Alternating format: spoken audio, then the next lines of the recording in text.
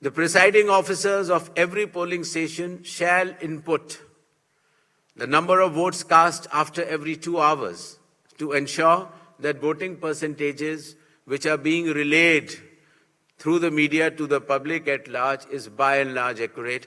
And at end of the poll, whatever the figures are there in 17C, accordingly the percentage is also displayed without any further delay. All the booth level officers have been given identity cards so that our electors and the households can identify them easily. And since our electoral staff has been working very hard, their remunerations were also increased. ECA Night, as I mentioned, will be containing all the 40 different applications integrated in a seamless manner.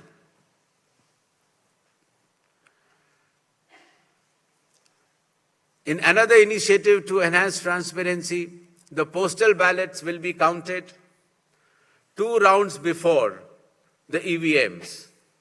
Similarly, all the statistics relating to the elections shall be available through ECI Net itself within 72 hours of counting being over.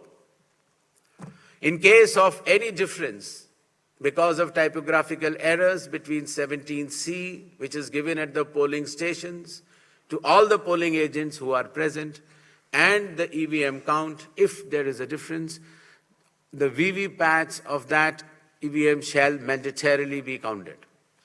Similarly, after the counting is over, the losing candidate can prefer, after prescribed payment of fee, checking of the EVM along with VVPAT counting. In order to ensure that the entire process is done similarly at all the polling stations, a gigantic training effort has been undertaken by the Election Commission of India by training officers right down to booth-level officers by the Commission itself. The booth-level agents were also trained, of course, the police officers, the DEOs, the communication officers, and this capacity-building exercise had been piloted by India International Institute for Democracy and Election Management, IIIDM, which is run by the Election Commission of India. Election Commission of India also trains officers of more than 100 countries concurrently. In order to have a substantial dialogue and engagement with the stakeholders, the Commission adopted a consultative and collaborative approach by which more than 4,700 all-party meetings were held by all the returning officers, DEOs and CEOs of this country. Similarly, the Election Commission of India also invited all the national and state-level political parties to have such meetings, and more than 28 such meetings have already taken place. There has been national conference with legal councils and interactions with field-level beneficiaries, that is booth-level officers, EROs, DEOs, during the state visits. There have been other host of new initiatives which have been mentioned here, totaling to number 30. These slides will be there, and the Commission has been extremely proactive, transparent, efficient, and consultative in its approach to ensure that the experience of election is much, much more pleasant to our prime stakeholder, that is the elector.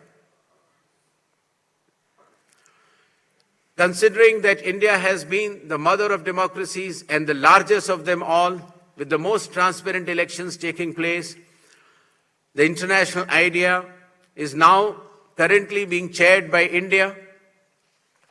We also held an international conference with more than 70 countries. Next. Where the chief electoral officers from those countries has participated recently. Commission had review visits to all these 5 states/UT and met all the officers, as I had mentioned earlier, including our foot soldiers, that is our booth level officers. Clear directions have been issued to all the enforcement agencies, nearly 24 of them, that elections in these states and UT shall be inducement-free and violence-free.